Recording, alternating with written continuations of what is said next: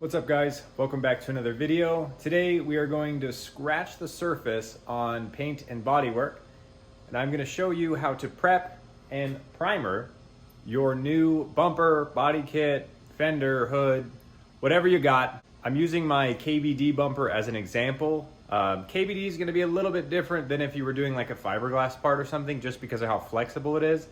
I'll talk about that in a little bit, but for now, let's jump straight to work. Now, whether you're actually painting something or primering something, in our case, that's what I'm going to be doing with this guy, prep is the most important thing. I'm going to say that over and over again because a good paint job is all in the prep work. You could have the nicest paint, the best paint gun in the best paint booth and have a terrible paint job if your prep is not good. So we're going to start by prepping this bumper. Now, KBD sends instructions on how to prep this thing. Basically, they just want you to scuff it with like a Scotch-Brite or something along those, clean it real good, and then it's ready for primer. But because mine's not new anymore, it has seen the ground a couple times. It's got a lot of scratches on it. So we're gonna sand these scratches out first, and then we're gonna prep the whole thing with a Scotch-Brite or some fine sandpaper, and then it should be ready to primer.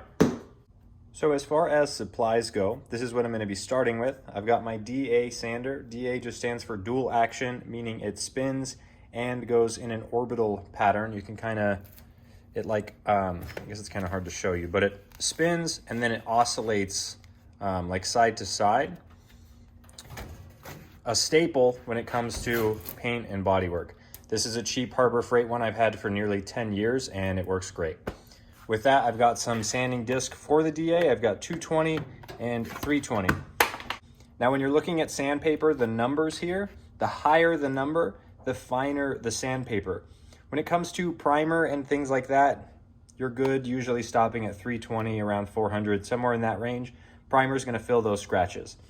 Anything lower, primer may not fill. So definitely wanna finish off with 320, or like I said, 400 is even better.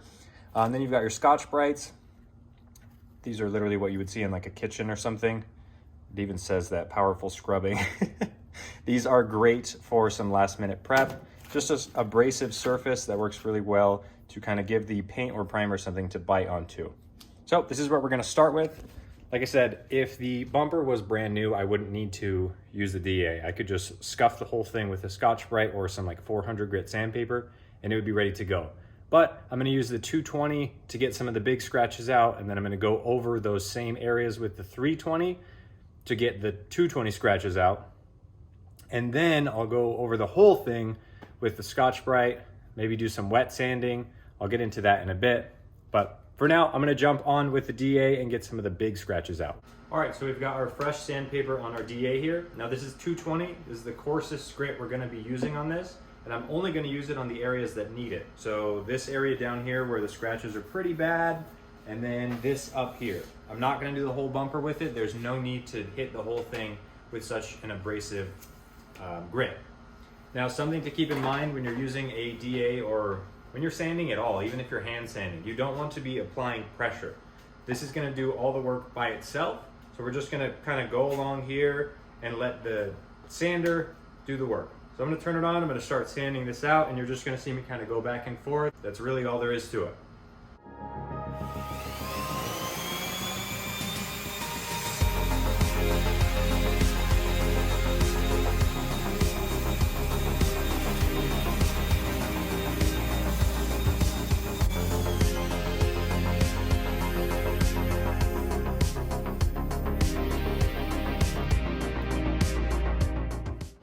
Just with a quick pass over this lip here, you can see just how much smoother it is.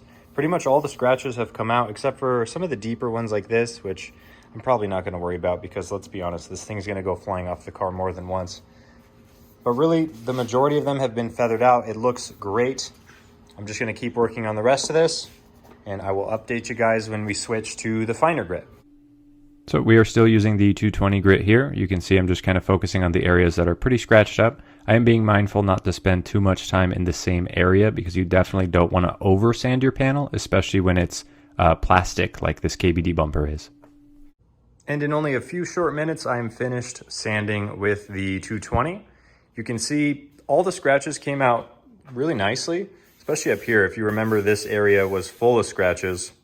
Okay, maybe there's still a really little one there, but oh, maybe not. This front part was pretty bad and it cleaned up really well. This is gonna be like a very obvious area to notice if it's full of scratches. So I wanted to get that taken out. And same with the front of this lip. It cleaned up really well. Overall, I'm really happy with the way that turned out. So now I'm gonna go over everything I just sanded. I'm gonna go over it again with 320. Now what you're doing with that is you're taking out all of the scratches you put in the thing with 220. Because like I said, 220 is a bit coarse for primer to fill. Unless you're using like some really high build primer, maybe it would fill it, but either way, I would err on the side of caution there.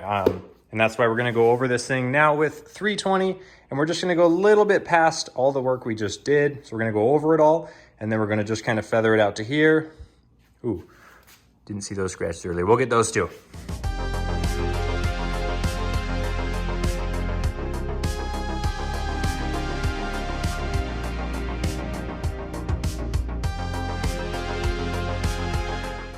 All right, just finished up with the 320 and then wiped the whole bumper down with acetone. Typically, I like using lacquer thinner over acetone, but KBD specifically said use acetone to clean it, so I'm gonna follow their instructions. Now, after wiping it down, we can get a better look of what we're dealing with here. The scratches and everything really came out nice. This is super smooth, really happy with that. Same with this lip down here. The underside I did sand, but I'm not super worried about it. Overall, it looks pretty good. I don't know if you saw with the sander, I kind of came on the sides over here as well as the other side, just kind of feathering it out. Now you'll notice I did not sand any of these like hard corners with the DA. I didn't try to get in here. I didn't try to come up over this. I didn't try to round over this. The reason for that is anytime you're taking the DA off of its flat planes, you can see how it's sitting flat. Anytime you move it like this, it puts excess pressure on the side, well, that the pressure's on, obviously, and that's gonna cause it to sand a lot more aggressively than if it's flat. So when you're coming on a angle like this, you can see because it's not flat, it's gonna put a ton of pressure on just this little spot here, and you can easily over sand that. And because this is kind of like a weird polymer material, I am erring on the side of caution here and trying not to oversand any of it, because I know sometimes these like rubbery, weird materials they can just get really weird if you sand too deep into them, and I'm trying not to do that. So I avoided doing that. Like I said, whenever you're using a DA, be sure to hold it flat. Do not run it up on an angle like this, unless you're intentionally trying to dig into something like to feather it out. Even that I wouldn't recommend. So just keep that in mind. Keep it flat, don't apply a bunch of pressure, let the sander do the work. That's what we've done here. The rest I'm just gonna take care of with hand sanding. Like I'm gonna come over all these spots by hand and get in here by hand. So I'm gonna get some sandpaper and get to work. So like I said, just gonna get some sandpaper and do it by hand now. I'm using 400 grit. You can see it's kind of gross because 400 grit is typically the start of where you like to wet sand. So I'm gonna get a little bucket of water and use some water with this to wet sand it. Now, why would you wet sand? Especially with the finer grits, you have to keep in mind that this is really, really fine, so it can get clogged up really easily, and then you're not really sanding anything if your paper gets clogged. Something to keep in mind, you do wanna keep your paper clean. I don't know if you noticed in the time lapse, every once in a while I would kind of like slap the DA and a bunch of dust would come off. That's me cleaning the paper. You do the same with wet sanding, kind of just like scrub it off in the water. But the water acts kind of as a lubricant to give the sandpaper something to slide on, and it keeps it clean and lasting a whole lot longer. So like I said, I'm gonna get a little bucket of water and start sanding the rest of the bumper with this 400 grit here. Now I will get into more details of wet sanding in another video when it comes time to actually paint, but a few things to keep in mind is water is your friend. Use more of it than you need. You can see I'm constantly dipping the sandpaper in the water here, trying to keep everything wet because like I said, it makes this paper last a lot longer. Couple things to note when wet sanding. For starters, the bucket you're putting your water in, don't use some nasty old bucket you changed your oil with last week.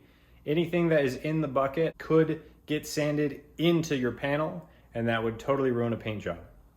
So at bare minimum, clean the bucket out before you use it. If you did use it for oil or anything like that, I would just avoid it at all costs, because oil or any kind of contaminants related to that will completely ruin a paint job, especially if it's like sanded in to the panel at the very start. Avoid that.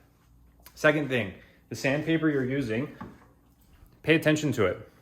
Look at this 400 grit sandpaper. That's after sanding maybe 1/3 of the bumper. So I would say that sandpaper is pretty much toast. Don't waste your time trying to milk every last grit out of a piece of sandpaper because you're being cheap. Unfortunately, that's my last piece, so I'm gonna have to go get some more tomorrow. But that will make the process so much longer than it needs to be if you're sitting there using a worn out piece of sandpaper. I know I've done that in the past because I was being cheap. There's no point. Toss that thing, get a new one. You can kind of tell when it's worn out by the way it looks. That thing is clearly destroyed. It was a used piece of sandpaper to begin with. I'm surprised I got as far as I did. So, clean water. Pay attention to your sandpaper and pay attention to your panel. Let's take a look at how far we've gotten, and we can see what is good and what needs to be sanded a bit more. Excuse the drips, that's from my display of the sandpaper there. But you can see all in here how it's not shiny. That means we're good. The sandpaper did its job. But like this little corner, see how it's not shiny and then it's kind of shiny right in here. Well, that was a hard area to get with the sandpaper. So I'm gonna have to come back and get this spot. Same thing over here, nice and dull. And then we get to this spot and it's shiny. So you can see I kind of started to get it with the sandpaper, but clearly not enough. There's some weird imperfections I'll have to sand out there. But that's really all you're looking for. Anything shiny like that still needs to be sanded. If it's nice and dull and scratched up looking like this, that means you're good. You're ready for paint in that area. This is a good example. I just barely started to scratch this with the sandpaper. You can see where the scratches are at, and then you can see where I clearly need to sand much more. Further down, it's shiny. Very easy way to tell. Last point I want to make when wet sanding, just like the DA, don't apply a bunch of pressure. Don't be digging into it. Because this is a brand new panel, you don't need to worry about too much about like leaving marks with how you're sanding. But if I was sanding a car, especially something that I had done body work on, you don't want to sand with your fingers. I was kind of holding the paper with my fingers, but like I said, because it's a new panel, it's not going to make a difference. But if you're doing body work on a car and you're sanding over like Bondo or filler or primer, and you're sanding with your fingertips, these are not flat things. You'd want to use a block or at bare minimum the palm of your hand. And like I said, no pressure. We're not trying to dig into this thing. We're just letting the sandpaper do its job. Just scratch it up nice and light. That's going to be it for the tips of sanding and prep, at least on a new panel. This topic can go so much deeper, and there is so much more I can say about every little step along the way because there's so many variances in it all. A little background on me, I went to school for paint and auto body, 12 years ago, super long time ago. And I never really did anything with it other than just some DIY stuff. So I enjoy this stuff. I think it's really fun. Like I said, tomorrow I will go buy some more 400 grit sandpaper. I will finish sanding this thing up, and then we will jump into what it takes to lay down a nice smooth coat of primer, because that is going to be the base that our paint is going to go on. So I'll see you guys tomorrow. And we're back. Got some fresh sandpaper. Gonna finish sanding this thing so we can get some primer on it.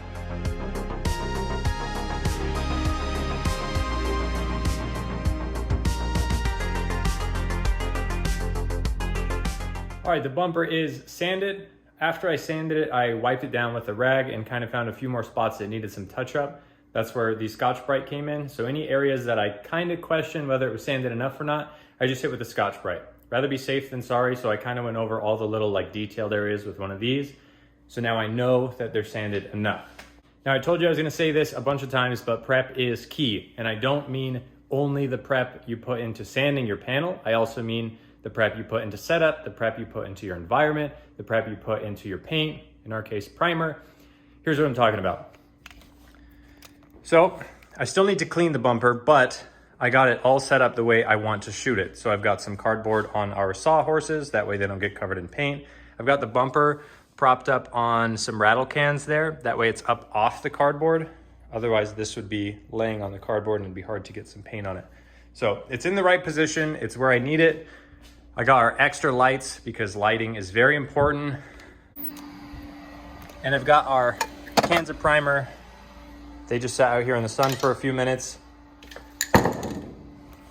Depending on where you're at environment-wise, it's pretty warm here. I live in Southern California, but still those primer cans were sitting in a cabinet for about a week. So I'd rather toss them out in the sun for just a few minutes, get them warm. That way they're real easy to shake. I would do the same thing if I was using like an actual can that I was gonna shoot out of a gun. So let me get this cleaned, prepped. I'm gonna wet down the floor. 2 reasons for doing that. If you're ever painting in a garage or anything like that, it's a really good idea too. For one, if the floor is wet, overspray can't stick to it, so you won't have paint all over your garage floor. But water also helps keep the dust down. Since I'm just doing primer, it's not a huge issue if a little bit of dust gets into it. But if this was paint or clear coat, you definitely wouldn't want any dust in the paint. So it helps to just kind of toss some water down on the floor. So I'm gonna do that. I'm gonna get this thing clean, and then I will talk about the primer we're using and why we're using it. All right, the bumper is clean and wiped down. The floor's got some water on it. Let's talk about this primer. So this is SEM 39133 Flexible Primer Surfacer. Now this is what KBD specifically called for. I do like SEM products. I think they make some great products, especially when it comes to like rattle can primers and things like that. So I'm into the brand. I've never used this primer, but it is flexible. Like I said, KBD called for this because their bumpers are so flexible, you need something that can flex with it. So by hitting the bumper with some flexible primer, whatever paint I put on top of it should flex with the bumper. At least that's the theory behind it. It'll take time for me to actually get this thing painted and see if it really works, but I think we're ready to lay some primer down. Finally, time to lay some primer down. Now you will notice I am starting on the edges of the panel and then kind of working my way in. This is a good technique to avoid dry spots. I kind of got distracted halfway through and should have just stuck with that technique, but I'll cover more spray technique when it comes time to actually painting a panel. Other than that, you really just want to focus on overlapping every spray you put down at least 50%. That way you're avoiding dry spots and what they call tiger stripes. If you've ever seen a bad paint job with stripes in it, that's what that is.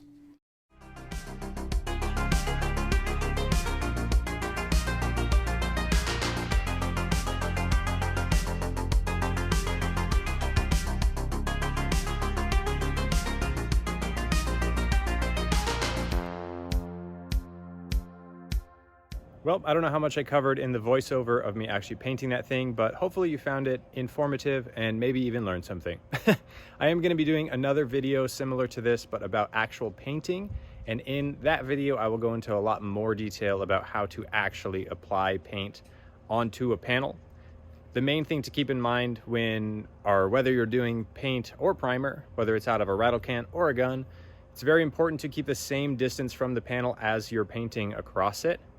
It did take me a few tries to figure out what the right distance was. I should have probably done a test panel like a piece of cardboard or a scrap piece of sheet metal to figure out where the spray pattern was the best distance-wise, but since it's rattle can primer, I figured I have some room for error there. But when it comes time to actually laying paint down, like I said, I'll go into all of that detail. Overall, I'm really happy with how the primer turned out. It's not perfect. There's a few spots that could have been better, and there's a few things I could have done better myself. But seeing as it was primer I had never used and just out of a rattle can, I think it turned out really good, and it is definitely going to be a great base to lay some paint on. Anyways, that is enough of me rambling on. I hope you guys enjoyed this one. Give it a thumbs up if you did. I'm gonna close the video out with some sick B-roll because I cannot believe how much the primer changed the look of this car. The bumper just looks so much more aggressive not being flat black. Enjoy.